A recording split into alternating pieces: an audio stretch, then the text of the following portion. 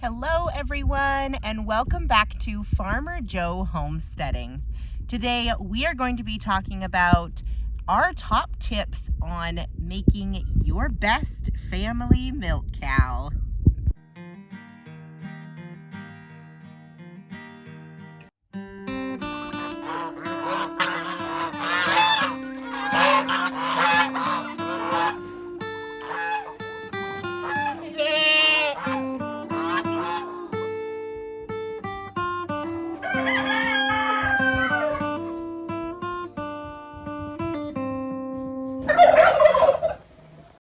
So this here is Betty. She is our family's very first milk cow. As you can see, she is only half a cow right now. Miss Betty's birthday was beginning of May, so she is only about 6 weeks old right now. We purchased Betty from a local dairy farm, and she has been just an absolute dream. There's quite a few things that we have been doing to make sure that she grows into a really awesome family milk cow for us here on the homestead. So I wanted to share with you guys some tips that I have. Obviously, step one of having the best milk cow ever is finding a milk cow. So there's a lot of different options out there. You can find calves from other homesteads because you need to breed your cow every year for milk. So you can find some privately, or you can reach out to dairy farms to find a cow. Breed is also a big thing, so you want to make sure you do your research and take the time to figure out what's going to work best for your family. Miss Betty here is half Jersey, half Black Angus. Her mom does have a little bit of Holstein in her, so she does have about an 1/8 Holstein in her. We went away from the Holstein because they produce so much milk, and we just don't need that much for our family. And I want to be able to hand milk her, and I want my children to be able to hand milk her. So going with a breed that doesn't produce as much just made sense for us. So we went with Jersey, but we wanted the Black Angus because it makes them a lot hardier. Beef breeds are quite a bit hardier. And it also means that it will also cut back her production. So being half beef will help with that. It also means that when we cross her to Angus bulls here on our farm, that she will also produce offspring that are 3/4 beef, which means that we'll have beef to raise for our family's consumption as well. So that is why we went with this breed and why we made that choice. Now, as for ages, you can buy full-grown, already in milk cows. There's a huge market for them. I see them all the time. Lots of different places on Facebook post them. You can find them on other sellers like Kijiji here in Canada. So there are different places that you can find milk cows. You can also find yearlings, so people, when they wean off their heifer calves, they will sell them a little bit older, and then you can also buy calves. So we made the decision to go ahead and buy a bottle calf for our family for a few different reasons. The number one reason is that our kids are still very young. So Farmer Joe is 3, turning 4 soon, and Farmer Bo is 2. So for our family, having a bottle calf has been a lot of fun. It gets the kids comfortable and used to being around the cow, and lets them build and bond a relationship to her before we just go right into milking full time. So we're able to do all of that groundwork and training ourselves. It is recommended that if you do not have experience with large animals or experiences with cows in general, it can be easier to have a milk cow that's already fully trained and ready to go. It's definitely not recommended that you start off with a heifer or a yearling and do all of it yourself from scratch. We have not personally had our own milk cow. This will be our first, but I have had quite a bit of experience with large animals.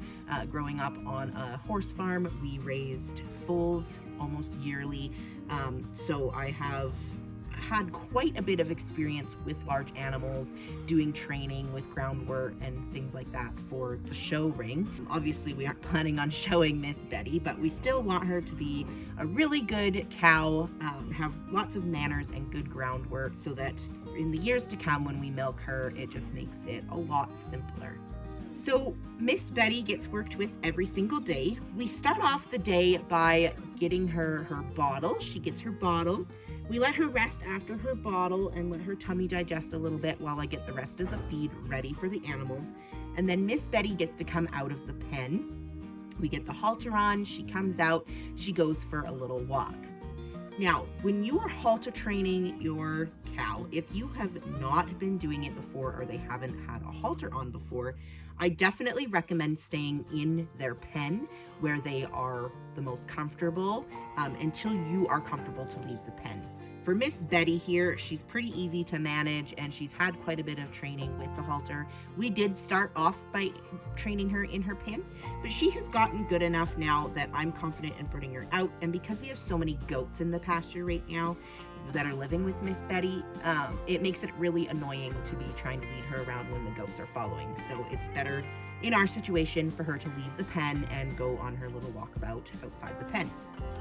When walking with your goats and training, they are going to fight you. They're not naturally going to want to give in to that pressure of the tugging and pulling to follow along with you.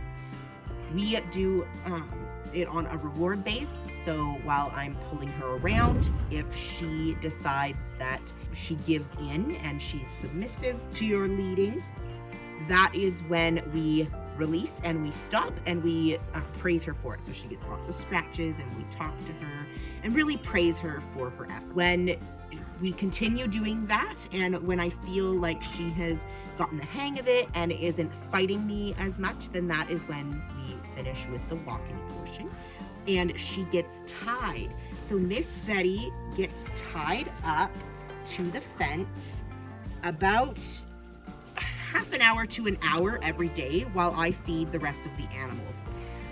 So making sure that she ties is important as well because it will help a lot with the groundwork portion, because instead of fighting with you for that hour being led around, she's tied to the pole. So she's gonna get used to that feeling of that pressure and that tugging on her face while she is on the tied to the fence. So I definitely recommend tying your animal. If they are not used to it, I would also say it's best to allow them a chance to do it, but monitor them, because if they're really pulling back, you want to make sure that they're not going to hurt themselves, choke themselves, slam into the pole when they're fighting. So you definitely want to monitor them and keep an eye on them while they're doing their tied portion. Another tip is when they are tied, you want to keep it short enough that they're going to keep feeling that pressure, but enough that they can still kind of move around. But you want to make sure that the rope is tied enough that they can't slip out or get a foot over it or anything. You don't want them to tangle themselves up in the halter. Once Betty is tied and has stood there for a while, we come back over to her, and this is when we do a lot more touchings. Touching is really good and really important. When you're milking, you're going to be touching your cow the whole time, so that getting them used to that touch is really important. So we make sure that we touch Miss Betty all over her body. She gets rubbed underneath her belly. Her little teats are there, so I'll tug on her little teats and we really rub around that area, rub the inside of her legs and down her legs. I practice picking up all 4 of her feet. If Miss Betty ever had anything wrong with her feet or just in general moving her feet around on the milk stand, I want her used to my touch and used to lifting her feet for me. So we do a lot of work with that too, making sure that I lift her feet every single day. And lots of touch, lots of love, lots of attention. When she is done being tied, that is when Miss Betty gets her grain. So we have some beef starter, and Miss Betty gets just a handful or 2 of some beef starter at the end of her standing tied period. A big thing that's important with the tying as well is when your cow is mature and they are in milk, they're going to need to get used to being tied, or at least being in the stanchion, for a long period of time. Depending on how much production you are getting out of your cow, you're going to be looking at least an hour of time that they're going to spend in the stanchion while you're milking. Now, if you have a machine, that's definitely going to speed up the process and be quite a bit quicker for you. But in general, they're going to need to get used to standing and standing still for a long period of time, which is why we reward her by giving her the grain at the end of standing. We would like to be able to milk Miss Betty without having to use grain, especially with our toddlers and them learning to milk in a couple years when they are a bit older. We don't want them to be spoilt to the grain and used to eating while they are being milked.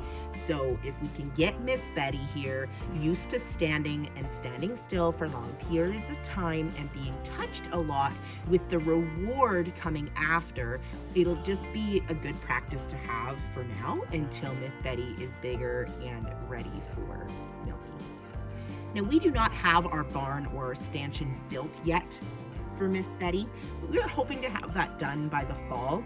If that does happen, all according to plan as we are hoping, then I will make sure that I update and put another video out of us putting Miss Betty in the stanchion and getting used to that every single day. Now, it might be crazy. We might be doing this a little bit early, but I would rather form the habit now of her getting used to being led around and being touched, rather than fighting with her as she gets bigger. Miss Betty has the potential of being a 1-ton animal. She could easily reach close to 2,000 pounds. So I would like to do the work now while she's little, so that as she grows and we get used to her size, it's already a formed habit there, and I don't have to be so concerned about the children being around my cow. My only other tip is, when you take off the halter, don't let them run away from you right away. You want to make sure that they stand there and let you love on them and talk to them before they just run off on pasture again. All right, guys, that is all that I have for you guys today on some tips for raising your best milk cow. I hope that you guys found this video interesting. I hope you were able to learn something from it. Make sure you subscribe to our channel. We post updates weekly, and of course, we will be posting lots of fun content on Miss Betty as she continues to grow here on the homestead. We'll see you guys next time.